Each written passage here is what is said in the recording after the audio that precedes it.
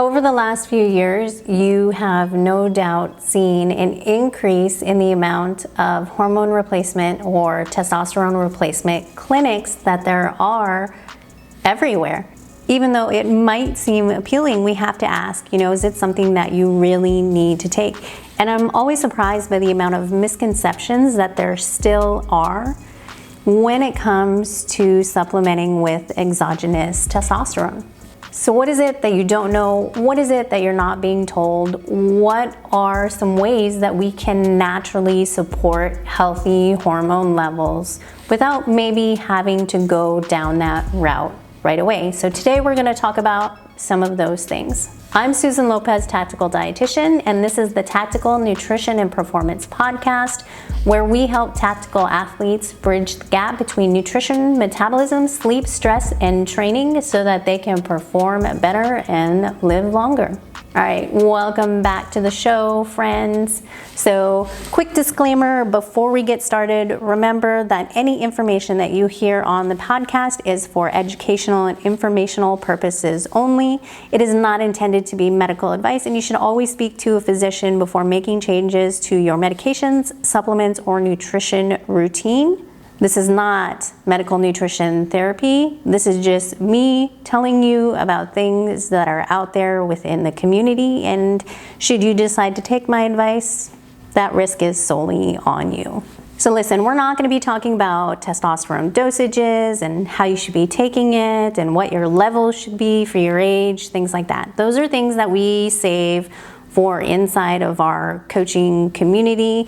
If you're looking for resources related to nutrition or how to get involved with our coaching programs, you can head over to tacticaldietitian.com/store to check some of those things out.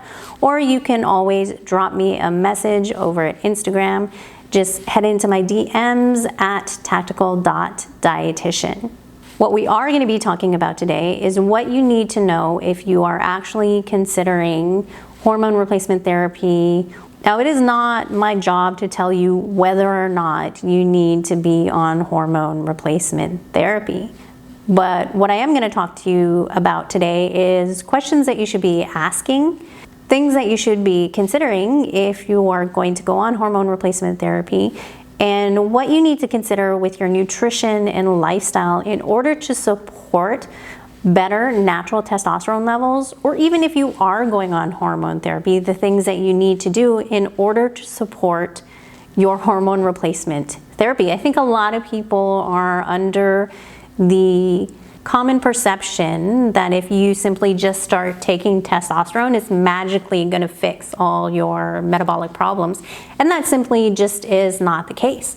There are risks with exogenous testosterone use, and those risks are inherently increased whenever you are not making modifications to your nutrition or your lifestyle. So if you're thinking about taking testosterone, but you're still doing things like drinking excessive amounts of alcohol, not getting adequate sleep when possible, not managing your stress, eating garbage foods, not getting your blood work done on a regular basis, then you are essentially only going to be taking years off of your life. And we should also keep in mind that there is a difference between hormone replacement therapy that's needed in order for you to function optimally and just downright illicit steroid abuse.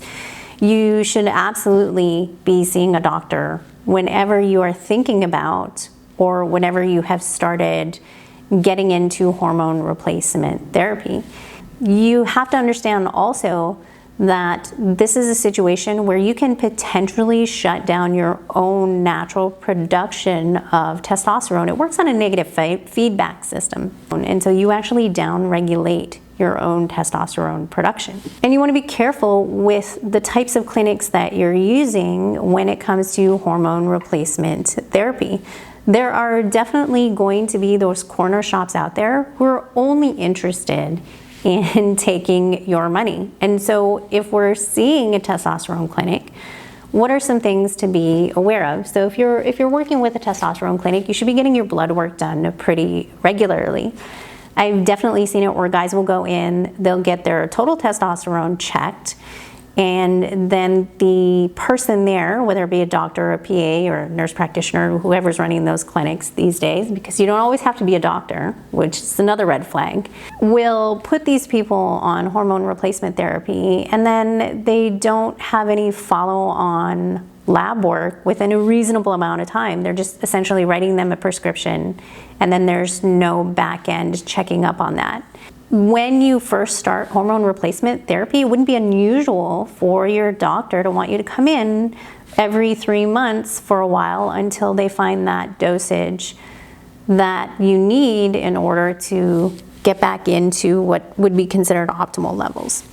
If you are starting hormone replacement therapy and the doctor doesn't schedule you for lab testing until a year later, that's a huge red flag.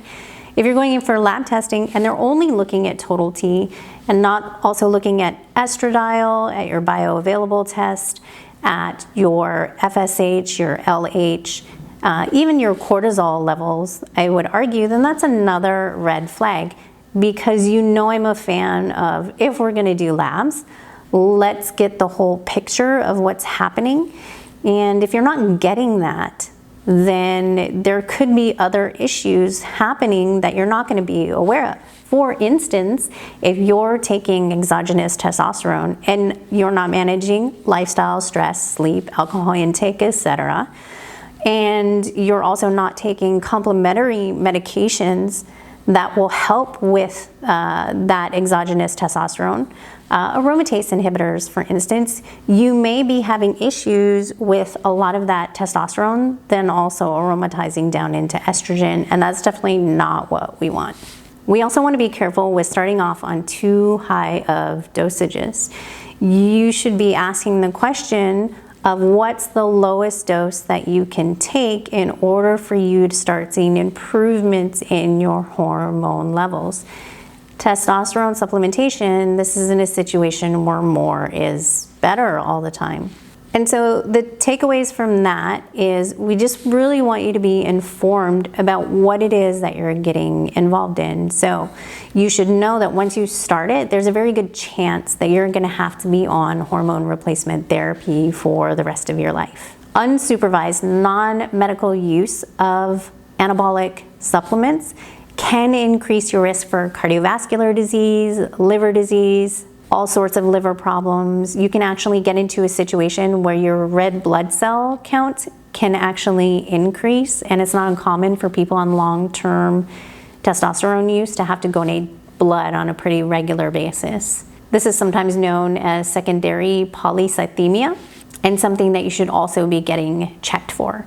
Gynecomastia can occur, again, if you're starting to see increases in your estradiol or estrogen levels. Weight gain, again, this is a situation where if you're using an anabolic substance and you're not managing your nutrition, you can actually increase the amount of abdominal fat that you are storing.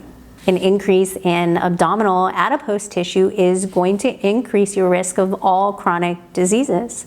And also depending on your age. If you are a very young individual, right, and so we're talking less than 24 or 25, you know, if you're in your late teens, 18, 19, and you still have some growing to do, using exogenous hormones can actually stunt that growth. And of course, depending on what branch of the tactical community you are in, there can be legal consequences if your use of even legal hormone replacement therapy has not been approved by your chain of command, so to speak.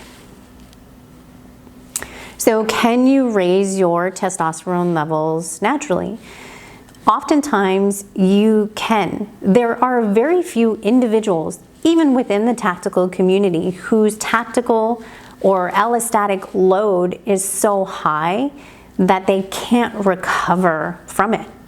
When we start to experience things like allostatic overload to the point where you can't recover your hormone levels, where you're starting to experience severe depressive symptoms, those are very, very severe cases, and I would consider those individuals who immediately need to seek medical attention. But in our practice, what we have seen is many individuals raise their testosterone levels as much as 100, 150, 170 points, anywhere between 3 to 6 month time frame, just by improving their nutrition, their sleep quality, by limiting their alcohol intake.